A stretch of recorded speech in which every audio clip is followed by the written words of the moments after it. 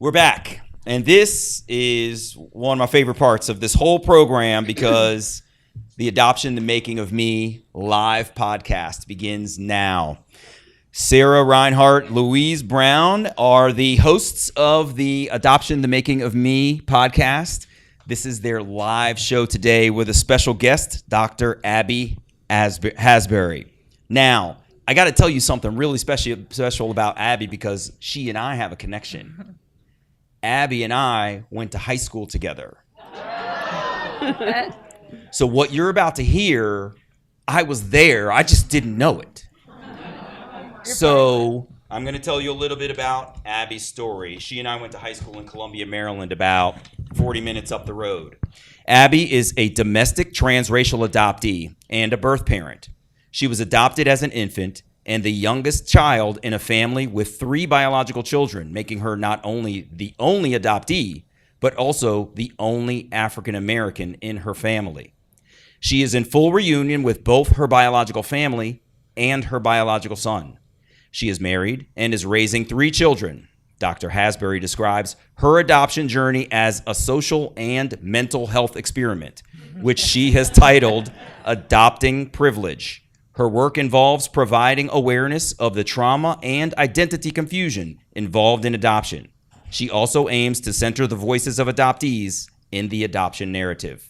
And now, Adoption, the Making of Me. Thank you.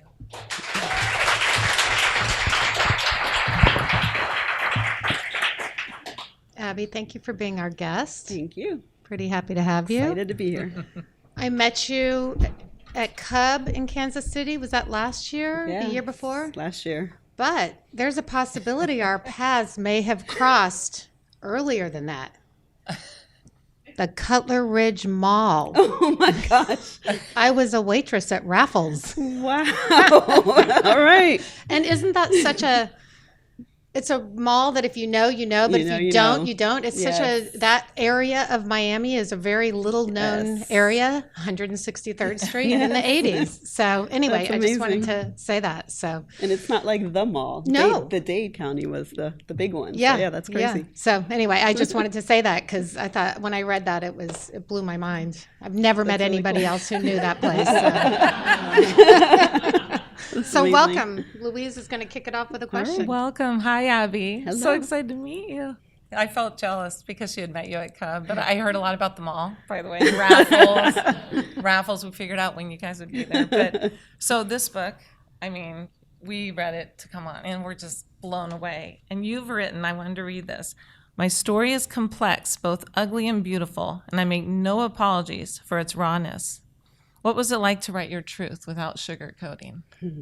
Terrifying is the answer. It was really terrifying when I was writing, thinking about all of the things that I was saying about people who I loved and cared about that might not be in the best light. Mm-hmm. I was reminded of the quote, if they wanted me to write nicely, they should have treated me better. And so I just did it. And then also my mentor for my dissertation chair, she said, just write everything. And if there's something you want to take out, you can take it out later. And the only things I ended up taking out actually were things that I thought were other people's stories that I didn't really have the right to tell. Right. Everything else I just left in there and said, let's see what happens. It is raw. Yes. And that's what we like. Yeah. We learned from it already. It's like Angela Tucker's book for us. It's very grounding. Yeah. Well, we know your story, but our audience doesn't know your story. So dig in wherever you want to start. I guess I'll start with the story that my mom told me. So I was adopted in 1971. I was born in Baltimore. My parents lived in Columbia, Maryland, which was about a 30-minute drive from there. They were both the oldest of 6 children and Roman Catholic, and from my mom's side, and my dad was Polish Catholic. And they wanted a big family, and after my brother, who's 2.5 years older than me, was born, my mom had the RH negative thingy with the child that now you can just get a shot and it's okay. But at that time, my brother needed 2 blood transfusions, after he was born, and the doctor said if they had another child, the child would die. And so they wanted a big family, and so they decided that they wanted to adopt. So originally they wanted to adopt a white baby and infant, and but they didn't think about it until about 2 years after my brother was born. My mom was very anal, I guess is the best way to put it. We are all 3 years apart, 2.5 to 3 years apart, and it's boy, girl, boy, girl. And so at 2 years, she was like, okay, I want to adopt a baby girl. And they told her that a white infant would take years to get. And so she said, okay, well, then what's next step? And they had some friends in Colombia who had adopted kids from Vietnam after the war, kids who had been fathered by American soldiers. And so she said, well, let's do that. And then honestly, what I say is my parents didn't have enough money to go to a Vietnamese restaurant. So I don't know why they thought they could adopt from Vietnam, but it's whatever. So after realizing that they really couldn't afford to do this, the social workers said that a Black child would be the quickest and the most inexpensive. And so that's what they did, is they decided to adopt me. So they brought me into the family. You bring up two things. My mother also had Rh negative blood. Oh, wow. So you are, you're sort of the replacement. Yes. I mean, and then you're bringing up it's a business. Yes. I mean, this is a business. Can't get a white baby down the line, and it just, that hit me while you're speaking. It hit me too when I started to really realize it. They wanted their biological kiddo, and then they wanted a white kid, and then they wanted a Vietnamese kid. So I'm like, oh, I'm fourth choice here. Yeah. And that kind of, that sunk with me when I realized that as an adult, and really just in the last 5 or 6 years is when I really realized that. It's like the light bulbs. Yeah. And they felt no compunction about sharing that with you? No, I don't think they thought about how that would land. I don't think that even. Well, I think you bring up a good point. There wasn't a lot of thought about it. No, there was right? no thought. Yeah, no. In general, especially in that era. Yes. Just no thought. Yeah, when I asked my dad about adopting a Black kid and what he planned for, he said the only thing they told us was there may be a difference in your hair and your skin. It's it was 1971. That's the only thing you thought about, really? And they were educators, so they should have known better. But there was no plan or thought. They just wanted a baby. I found it poignant in your book when you talked about that in Egypt, that you had every day just combed your hair and brushed it and ashy skin and not even knowing. Yes. Yeah, so we lived in Egypt from 1st to 3rd grade, and we went to this amazing international school that had fencing and diving and swimming, and so I swam and dove and did synchronized swimming every morning before school, and just washed my hair and went to school. So my hair was lovely. It was brown here and red at the top and stood out all over. It was, the chlorine just did a number to it, and no one ever talked to me about lotion or anything, and so the school pictures that I have are a fright. When I look at them, they really sent me to school like that, and it was picture day, but it's fine.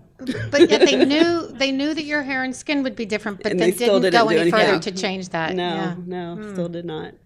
No. And how was it growing up with your family? The relations with your siblings, your parents? Tell us that. Pretty close with my brother, who's 2.5 years older than me. And now I'm very close with all three of my siblings, all three of them. Growing up I wasn't as close with them, partly because my sister and my oldest brother both skipped grades. Well, all of them skipped grades, but they skipped grades. So my oldest brother graduated high school when he was 16, and we were in Egypt, and we were moving from Egypt to Miami, and he was supposed to go to Georgetown and decided to take a year off and travel backpack Europe at 16 while we were in the United States, but whatever. My parents say, so I hadn't lived with him since I was in 3rd grade, and so that relationship wasn't super strong. It's much stronger now, but they are very supportive of all the work that I'm doing now. My brother has come to one of the talks that I've given. They've all read my book and have had a lot of feedback, and I'll talk a little bit about that too. There are things that I was told that I wrote about that my siblings were like, yeah, that's not totally what happened. They didn't really tell you the truth. So that's been eye-opening too in doing the book. What are some of those things? Just a little example, if they have. So I write a lot about living in Miami in our first house, which was in a really diverse neighborhood, and the fact that we had to leave. And my mom told me that it was because we were robbed twice, once while we were out of town and once while she and I were home. We lived on a canal, and some guys came in. They were fishing in our backyard, and they rode off on our bikes. And so she talked about the fact that we moved because she felt unsafe. My sister came and visited me. She lives in the UK. She came and visited me just last month in August and read the book while she was at my house. And she said, that's not really true. They had a hard time paying for it and we were foreclosed. I'm like, so my mom told the only Black person in the house that the diverse neighborhood was unsafe, instead of just telling me that they had money problems. Yeah. So that things like that were just like, wow, okay. And you talked about that, about the racism. Yes. Like under the subliminal racism. Yes, Tell us more absolutely. about that. Yeah, so my mom was really great at telling me how other people would view me and really preparing me to think critically about the world and the way I would navigate the world. She was really bad at seeing her own racism and her own bias. And so there were lots of little things that she would say and do that, because she taught me to think so critically, I was then looking at everything that she was doing and being like, that's not passing the smell test. But yeah, there were a lot of little things that she would do that just kind of like poked at it. I remember one time my ex-husband's his jacket was stolen from his car outside of our house in Columbia. And I had a really great friend who lived in what we call the biggest projects in Columbia. It wasn't stolen there at all. It was stolen outside of our house. And my mom, he was over our house, my friend Malik, and my mom said to Malik, hey, if you see Clint's jacket on someone in your neighborhood, will you let us know? I'm just like, what the hell? It wasn't even taken anywhere near that. Little things like that that she would say that like, just kind of like in my mind, I was like, this doesn't really feel great. No. Yeah. Also, one thing that also stuck out to me in the book was your father not ever tenuring, right? So you just moved around almost like an army brat. So adding into all of this confusion, nobody talking to you about your race. And I don't know, you said nothing's off the table. Do you want to go into what happened in Egypt? Yeah, absolutely. Yeah, so my dad was a college professor who never got tenured because he wanted to teach, not publish. And so he moved every 3 years. So before I talk about that, I'll kind of get into kind of how we moved. So I was born in Baltimore and lived in Columbia. Then we moved to Wisconsin, which I didn't really realize until a year ago. My sister told me. And I was writing the book. She's like, you lived in Wisconsin. I'm like, okay. We lived in Wisconsin and then Pennsylvania and then Egypt, and then Miami, and then back to Maryland. And I'm an extreme introvert. I hated moving. I hated meeting new people. I hated saying goodbye. So because I'm so smart, I married a military man. My husband's was in the Air Force. He was retired. So then we lived in Japan and Maryland and Texas and Vegas, Texas again. And then I just 2 years ago talked him back into moving to Baltimore. So we've lived all over the place. But yes, in Egypt, I think that it was our second year there. I was molested by my father 2 days. So there was a 24-hour marathon at our school where you would go and run around the track for 24 hours in teams, and it was like a fundraising thing. And I was too young to go, and so I stayed home with my dad. And those 2 days of that marathon, I was molested those 2 days. It didn't happen again. Never told anyone about it until I was about 18, 19 years old. But yeah, and turns out too, my sister in August when we were talking said that she thinks that my mom had an idea that something happened, but she didn't have any idea that it was with me because my dad went into therapy. Apparently, I didn't know any of this until last month. My dad went into therapy in Miami and at some point was, I guess, about to have a breakthrough or something and decided to quit. And my mom was really angry because she knew something was wrong and she knew he was about to heal or get to a place where he was going to get some healing, and he kind of chickened out and quit. He ended up going to therapy later and was diagnosed bipolar manic depressive. Oh. And you found that out more recently. Yeah, about the Miami and the therapy just last month. Oh my goodness. Just last month. You're the first people to hear that. So yeah. And thank you for sharing that with us. And who did you tell when you were 18? Like how did you finally get this out? Yeah, so I must have been 18 or 19, maybe 19. So my oldest brother had my niece, Rachel, and she was about 6, about the age that I was when I was molested. And it was their anniversary, and they were going to go out of town and leave her with my parents. And I had already told my mom about it, and so I had told her the year before. but she hadn't told any of my siblings, and so they didn't know. And so when I found out that they were leaving her with my parents, I freaked out, as I should. Yeah. And so I told my brother, who I was closest to, and he then told my other brother. And so then, like, he told him the day before they were going to leave, and so they had to cancel their trip. And that's kind of how my family found out about this. What happened from there? That must have been a big explosion Yeah. in the family. And So, I mean, we were a good, it was a good, quiet family where you don't really talk about things in a group. And so it was like, I told my brother told my other brother, my brother called my mom. No one said anything to my dad at all. And so it just kind of gets swept under the carpet. And like, you would think there would be a big thing, but there wasn't. And no help for you. No, none at all, no. And I recognize now that my parents, being both educators, knew that if I got help, that the therapist would then have to report. Because the first time I told my mom was when I was, I think, 17 or 18. And so she would have been a mandated reporter. So no therapy, no anything, no conversations. The one thing I will credit my dad, though, is that he did admit it, and so I didn't have to do any hearsay. He say, she say things. He admitted it and then went into therapy. But he and I have still never had a conversation. Really? Yeah, I told my mom, she talked to him, but he and I have never had a conversation. how's your relationship? I email occasionally, but he lives in Virginia, and I saw him last maybe 3 years ago at a family function. But Distant.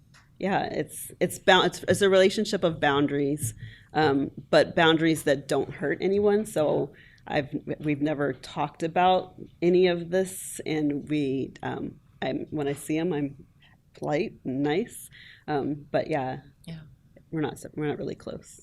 Well, you bring up another thing too. We talk about this on the podcast. Your sister was not molested. No.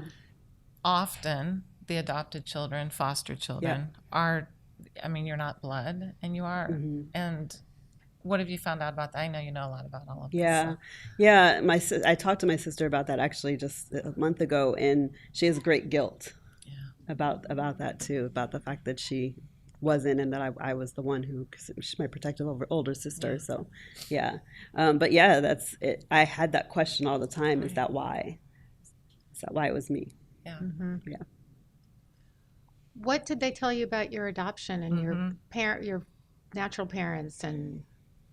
Not much. I didn't have any information at all. It was a closed adoption. So my parents they literally knew nothing other than that I was just relinquished. I was in foster care for 5 months, and so they didn't. There was that gap too, so they had really no information. They also had no information about the foster care, and so I call that time my dead time because there's no paperwork, no names, no anything. I have no idea where I was for 5 months of my life. To this day. Yeah, to this day. Right. Yeah. That is, and that's a huge thing. Yes. In limbo. It We're is. babies. Yeah. Who's taking care, right? Yeah. And were you always searching? Yes, I started searching in 1994. Yes, I started with the non-identifying information and all of the things that tell you everything and nothing all at once.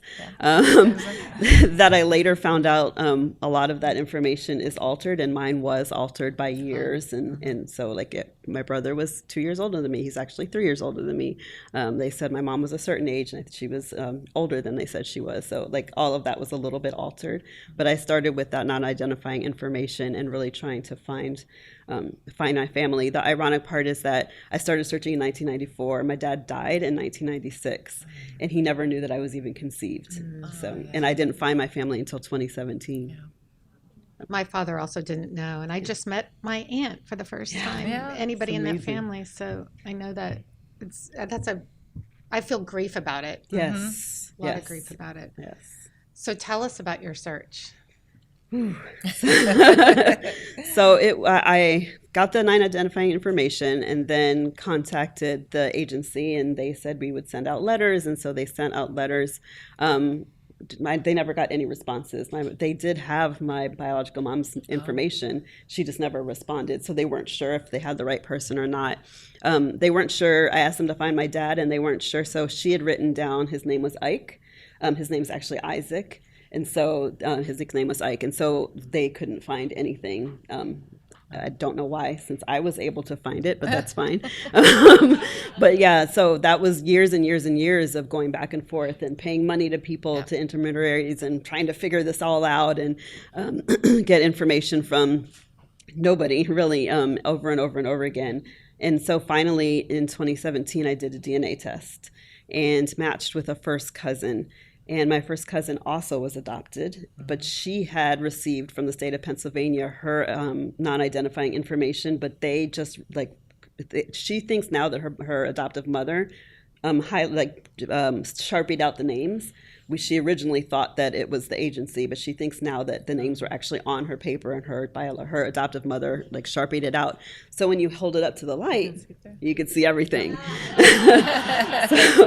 So she had actually contacted her mother, her biological mom, who was white, and her dad was black.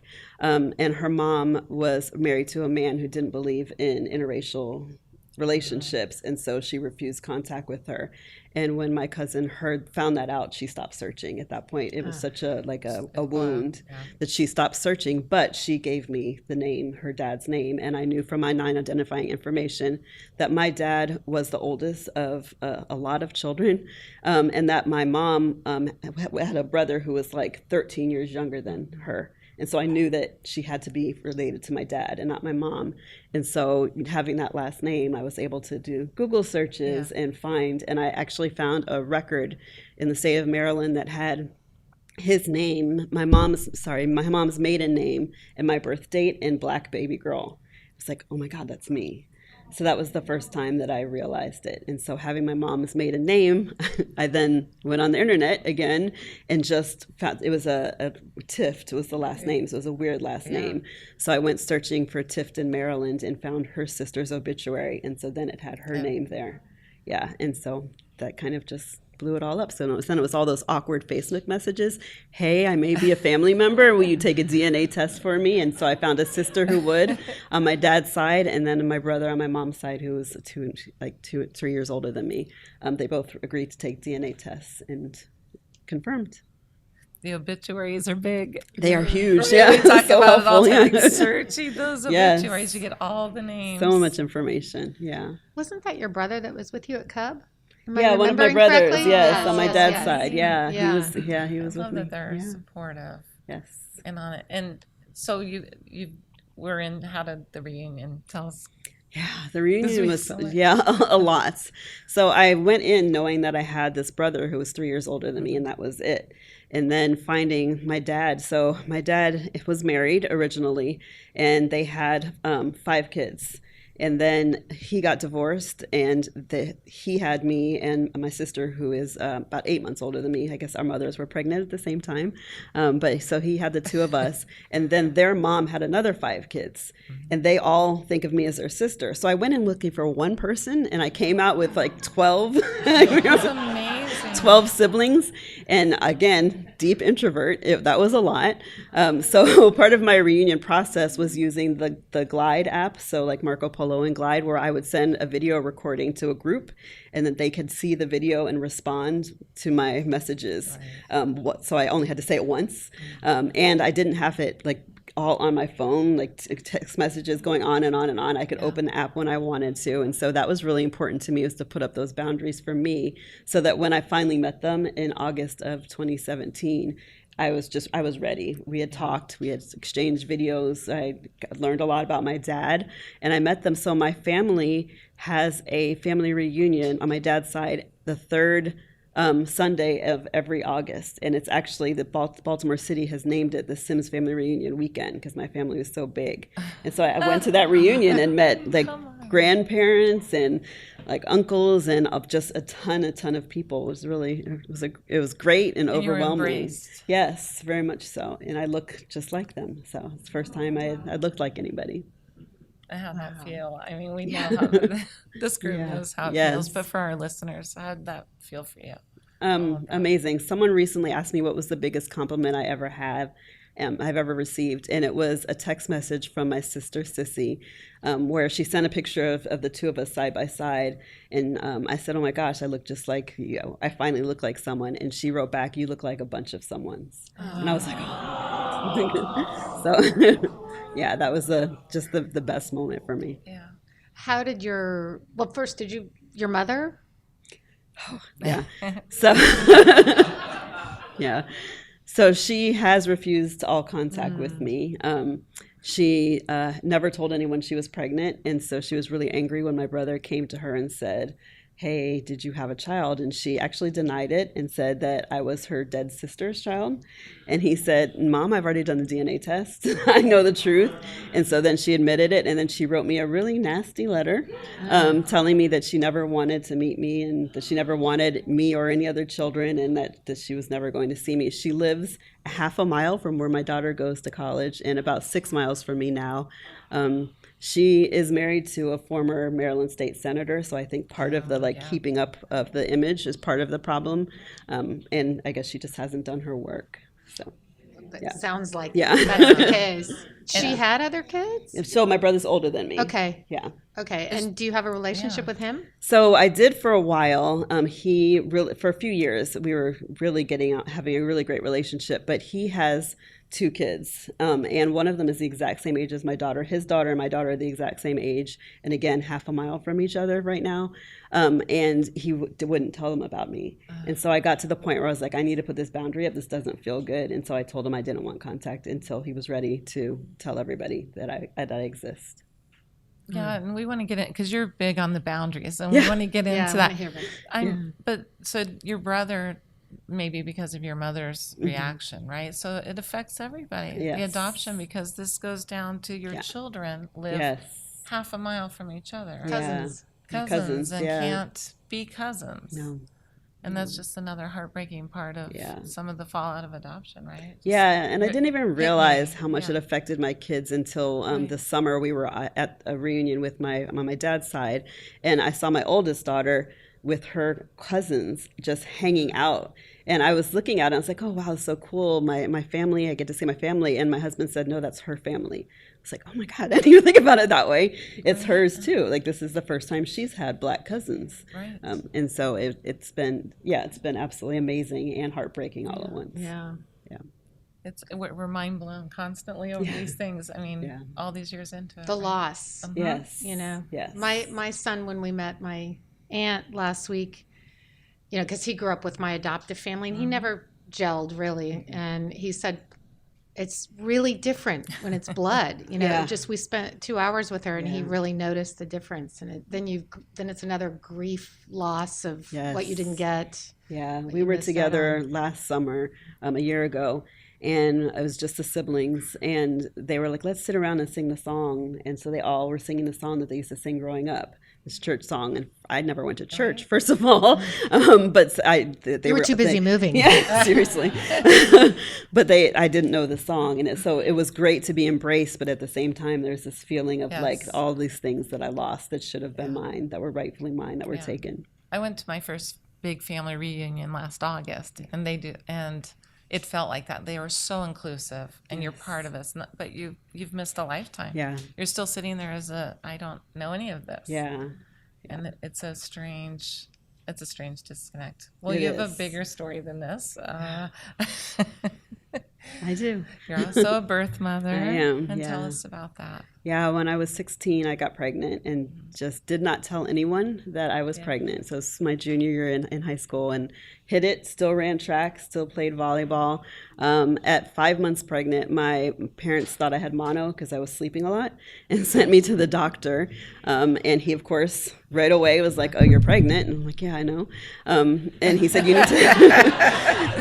need to tell your parents. I still didn't tell my parents. And so at 7 months, we were sitting at the dinner table, the phone rings, and my dad goes to answer the phone. And then I hear him say, Pam, it's Ab's doctor on the phone. Can you come here? And so he broke HIPAA and told my parents that I was pregnant at 7 months. Yeah, I'm probably grateful, although I'm not sure I am, because the next month and a half, I had my son at 8.5 months. The next month and a half was this coercive journey of relinquishing my son. So, and it wasn't like the normal coercion. It was, we will support you with whatever you want to do. Like, we absolutely will support you if you want to keep this child. But you are signed up for track camp in July, you want to go to college, you don't have a job, you don't have a nursery, you don't have diapers, you don't have any of the things, but we'll support you. Yeah. And here's a book of all of these families who are ready, and here's pictures of their nurseries, and here are all the things that they can offer. We'll support you if you want to keep this child, but you have all these other things you want to do, and the father of the child isn't necessarily the best person in the world, and actually when I gave birth, he was in jail for robbing stores. So they used that also, like if you want to bring a child into this family, and you're going to be that black kid bringing a child to the jail to see his dad. And so it was like this expression of support. Yeah. But every time I would say that I wanted to keep them, they would say, but remember, all of these families want this child. And so I ended up relinquishing him. And again, no therapy afterwards. Same. My parents still sent me to track camp the next month. And we didn't talk about it. Yeah, get back into life normalcy. Yeah, you got to be normal. Yeah. And the craziest part, well, I guess all crazy. Another crazy part of the story is a few years. So I coach people who are opening businesses, and one of the people that I coach always used to like to start our conversations with an icebreaker. And so he's like, Doc, who is your high school family that you always wanted to be part of? And I was like, the Cosby Show. Like I always said, if I had a family, this black family with black art on the wall. And it triggered this memory for me of sitting there going through this notebook of all of these families.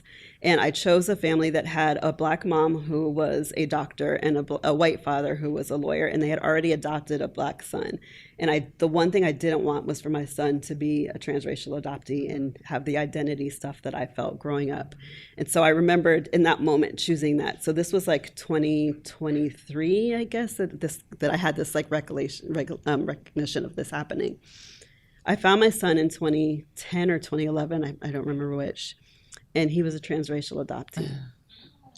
So the one piece of autonomy that I had was taken away. The woman who owned the private agency, so I'll just tell the story about how I found him. I was always wanting to look, but I didn't want to interrupt him as a child. I thought, 18, he's supposedly grown, but I know you're not really grown. So I decided to start looking for him when I thought that he would have graduated from college. So when he was around 21, 22. So I went on Facebook, and I remembered the name of the woman who ran the agency because, again, crazy. This is the crazy part of my story. When I gave birth, my son was born June 10th. My mother's birthday is June 13th, and she and my dad had gone out of town for her birthday, even though it was a week before my due date. It's fine. And so the agency worker was actually at the hospital with me when I gave birth because my parents were out of town. So I remembered her name.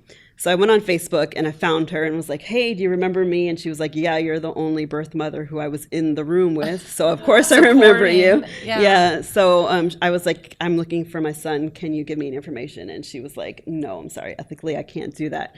But then she sent me a Facebook request. And I'm like, okay, I'll bite. So I accepted it. And as soon as I accepted it, she posted a picture of a black man on the beach in this picture. And it had his name and everything. And it said, my godson, the stud. And so I went and I Googled his name, and he was a competitive swimmer in college. And so his whole profile was online with his birth date. And he went to River Hill High School, which is in Columbia, Maryland. And so I was like, this is my son. So I wrote her and I was like, hey, is this my son? And she was like, well, since you figured it out, yeah, it is. So that's how I found him. But after this revelation in 2023, I realized she gave him to her best friend. And not the family. Because she's the godparent. She was his godmother. That's right. But you had told her the family you wanted. Oh yeah, I picked it out from the book. Oh yeah, she was the only person. She was just her agency. She was like owner of it. Yeah. Did you confront her about that? So she passed away in about 2015 or 16 from cancer, and so I didn't remember. This memory didn't come back until 2023. Yeah, so I never got to confront her. So when you figured out that was your son, Yeah. how did you reach out to him? Facebook. I went to Facebook and was like, hey, this might be crazy, but I think I'm your mom. He already knew. So my name had been on paperwork that they signed after me, that his adoptive parents signed after me. And so they followed my track career in high school. They followed me when I went to University of Maryland, when I was running track. And when I transferred schools, I saw after my sophomore year, that's when they lost track. But they always had my name. And so he wasn't surprised at all. And so we formed a relationship. He actually lived with us for about a year and a half. And since then, what Susan was talking about, that roller coaster of the up and down, I see myself as kind of the eye of his storm. And so I just have to be here and be constant and ready for when he wants to come in and out. Right now, we're no contact, and it's been about 2 years. But that's been up and down, where he will contact me and will be great and visits, and then he won't. Yeah. So I'm just waiting for him to do his work, I guess. It's painful, huh? Yeah. Yeah. Very. And that's what we say, the reunion is just the beginning, because Damon mentioned it last night, just not going into reunion blindly if you cannot, because make sure you're okay here. Yes. And he's obviously. No, he's not. I think that, well, I know that he thought that, he told me he thought that finding me would help him just fill some of the things, and you have to fill those things yourself. No one else can do that for you. Right. Crystal mentioned that last night after the documentary. You know, it's all those things. It's really at the end of the day here. It's internal. And he's young, right? So well, not so. He's ish. 37, so yeah. I mean, usually it takes a little, at least for me, with the adoption stuff. Yes. It takes a little longer. Yeah. Into our 50s. So yeah, still doing it. Still doing it. Never talk goes. about her, the talk about your framework, the reflect, release, reinvent. That's been in That's your your book. work. This is her work. Yeah. So when I was writing the book, and I was really thinking about how I just changed, how I really came up with my own narrative, because there were so many narratives that people gave me about my adoption story, about my, relinquishment story, just so many things that people put on me. And so at some point I was like, I just want to sit down and think about what this really meant to me. And so that's my reflection part, is really to think about what happened to me, who are the players in it, how has it affected me. And so then as I sat there and really reflected through all of that, I then decided that what I needed to do was really release the things that weren't mine, the narratives and the voices in my head that did not actually belong to me, release the negativity, the things that just weren't part of who I wanted to be and how I wanted to navigate my story, and then decide who I wanted to be intentionally moving forward. And so that's how I came up with the reflect, release, reinvent. That's really how I live life in general. When things happen in marriage, when things happen in motherhood, it's really kind of thinking about it and just owning the parts of it that I can own, and giving the parts to other people that they own that I shouldn't carry, and then deciding how I want to move forward. And that's part of your boundary work, because I got that throughout the book, Sarah did, the boundaries. Yeah. And we all have the problem with boundaries. I think, I'm not going to speak for everybody here, but we all do. I think we do. It's an adoptee thing often, right? Or rigid boundaries. It's one of, there's no, so it's kind of like, okay, what is the reflection on this? Yeah. And let someone come, right, with this work. And, this kind of brings us to how do you feel things for adoption now?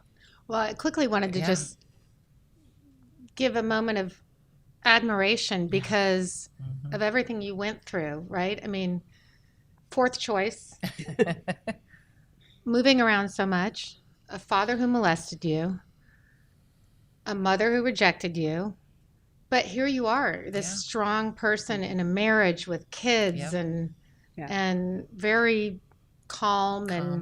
And was that always the case? Did you go through some real dark periods, or are you just this beacon of strength? So I wouldn't say a beacon of strength at all. So as like a therapist, one of the things that I think about in child development is my just relinquishment, and the fact that for 5 months, well, I had that first separation, and then for 5 months I was with another family, had a second separation. When my mom talks about she passed away, but when she used to talk about me as a baby, she said that I was super calm. She said that I was always like this. And I think as a therapist that I probably cried a lot and no one came, and so I stopped. And so this is me all the time. Like how I am right now is how I am when I'm happy, when I'm sad, when I'm excited. It's always super, super level. And I'm pretty sure that it has a lot to do with that. And I'm so level so much that when I did tell my mom about when I was molested, she actually remembered the second night of the 24-hour marathon because I wrapped my legs around her and begged her to stay. And I never acted like that ever before or after in my life. That was the one time that I kind of acted out of raw emotion. And yet she didn't stay. She didn't that pick up. really Yeah. struck me. No, she didn't. She didn't pick it up. Painful. Yeah. Yeah, I'm glad you said that, because I think even more recently we've been recognizing, like, wait, that was me taken from a judge out of my mother's arms. Like, what does that to you? Because I was the good baby. Yeah, me too. I'm still kind of a calm adult. Yeah. But you're not underneath. It's this, like... Yeah, it's the duck with the feet paddling underneath the water. Yeah. Yeah, there's stuff going on, but everyone's like, oh, but the reactionary is different. Yeah. Like my brother always said, oh, you never reacted much. Well, you are reacting. Yes. Yeah, my funniest story, I was a principal for many years, and there was this one day where this parent was screaming at me in the hallway and like absolutely just yelling. And I saw my vice principal walk by. I saw teachers walk by. Everyone's just walking by. I'm like, what in the world? And so afterward, I said, why didn't anyone stop and help me? And they were like, you look so calm. Trauma response, ultimately, isn't it? Yep. It's trauma. Yes. Yeah, and with your work as a therapist and all the things, I mean, you're wonderful with people. We would just want to ask bluntly, like, what do you see with adoption bluntly going forward, where we're at? Like, yeah, just your opinion on it. It's horrible. Yeah, and it hasn't changed. I think the tactics have changed a little bit, but the whole industry is horrible. It's a marketing, money-making industry that does not think about children. And that's really what I feel. I live in Maryland, which is a closed state. Yeah. And so even though I am in full reunion, I still don't have access to my original birth certificate. California, right? Yeah, still have no idea. Even though I can walk in and say, these are the people, can I just see this? Like, no, so I still don't know what hospital I was born in. No idea. Yeah. We're adults, but we're not. No. I mean, we're just the infants. And I think this is something... It was hard, probably not as hard for Sarah. It was harder for me to come to terms with the business. This is a bit, and to say it out loud and then name it. And, because people react like, whoa, it's a beautiful thing. And you're like, it's not now. We know. And I think this is why this is so important. Yeah, whenever someone challenges me on the business of it, I always say, let's think about the Olympics. And how every single year there's an adoption story. And that is marketing. That is 100% marketing. They're trying to market this thing, but they're not talking about this athlete and what they've done. We're talking about these parents and this amazing thing they did, and this is what they've created, and taking away at the autonomy that the athlete has to say, this is who I am despite of my circumstances. And so that's like the one thing that I always say is like, think about it. It's marketing. Well, and when athletes do speak out, Colin Kaepernick, I love his documentary in this book. Oh, he's the angry guy. Yeah. He's that guy. Well, he's not. No, not at all. He's hurting and he's sharing, and no one's going to listen to that. Yeah. They want the happy. Wow, this has been... I know. I highly recommend her book, which is for sale outside. It really is such a well-written and beautiful book. I mean, I'm just amazed at your story and all the work you're doing. And, Thank you. Yeah. Yeah, you're calm. I mean, for us, it's really being vulnerable and sharing everything publicly. Yeah, is not easy. No, but I recognize that so many people can't. Yes.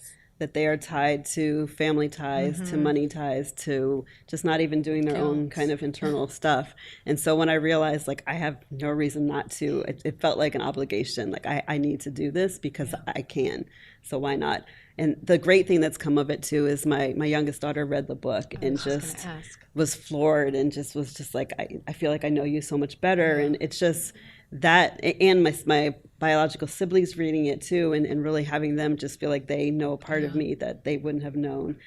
So while I feel like I have gotten so much from doing it as well. That was going to be my question about how your children, and we talk often about as a parent and not having done the work, the adoptee work, right? Until my son was older, and a lot of pain and regret about that. Did you go through any of that? So, no, I don't think so. I think you've done the work before. I had to. So when I was in middle school and BET was on television and I saw Black people in a way that I had never been able to see, I'd started to do the work because I knew that there was this whole world that I didn't have access to, and I felt entitled to it. And so I really started to do the work when I was 12 and kind of started from then on. And so I think that the hardest part for me was telling them about my son, because I didn't want to tell them that I had relinquished a child until I had answers to give them. And so it wasn't until I found him.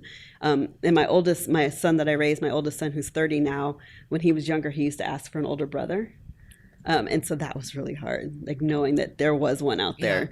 That was really hard. And I think that was the work, the actual birth mother, relinquishing mother work was the work that I hadn't really done because people told me to close it off and of course you'll be fine.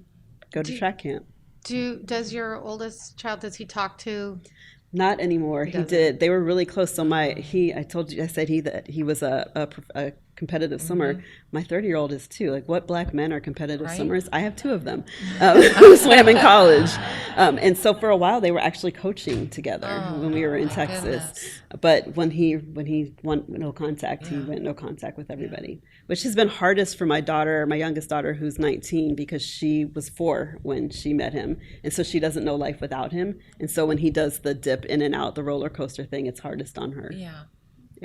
Were his adoptive parents fine with meeting and all that? Yeah, so they're older. They adopted, I think, in their 40s maybe, and so they were excited that he would have someone when they pass. So they have been very supportive of it. Yeah. Okay. And that's the best friend of the. Yes. But that's just Yes. That's Yeah, and I will say that even though they've been problems supportive, I don't have contact with them because I'm super jealous. Yeah. Like, I'm pettily jealous, like really, really petty in my feelings that they got to raise my son and I didn't. And so I haven't been able to get over that. So I think that's totally normal. And you're coming at this from Monica's here, there's others, but from 2 different sides of this. Yes. That we always say these are the forgotten voices, the adoptees, the birth mothers. Yeah. You know, that's not where we're hearing things from. We hear it from the industry, from the adopted parents. And so your work is so important. Thank you. Yeah, I'm starting a study now on, I'm actually just finishing the IRB to study what I call birth mother grooming, and that is the phenomenon of adoptees who relinquish, and how we are, because of the industry, really groomed to think of adoption as something we can do and should do because we don't have informed consent and don't realize our own trauma. When I was 16 and pregnant, I had no idea that adoption was trauma. I had no idea that I probably got pregnant because I was an adoptee and was looking for love in all the wrong places. And so I'm starting a study right now on kind of that trauma. We say that. I mean, luckily that didn't happen because so many of us have looked for love in the wrong places, right? And my mother was 19 and she relinquished me on her own, but she didn't. I have letters now. There's so much, but this is better and you need this and there's just that talk and you're a young woman. Yeah. There's no they hope say it's against a labor of love and a selfless act, and 100% it was an act out of fear and not out of love. Right. I love my child, absolutely, but I relinquished him out of fear, and that was the only thing. Thank you for saying that. Yeah. Thank you for your vulnerability and sharing and coming. Thank you for having being me. here and being part of it. Really appreciate it. It's been great to talk to you. It has. It's been a great interview. Thank you very much. Ladies and gentlemen.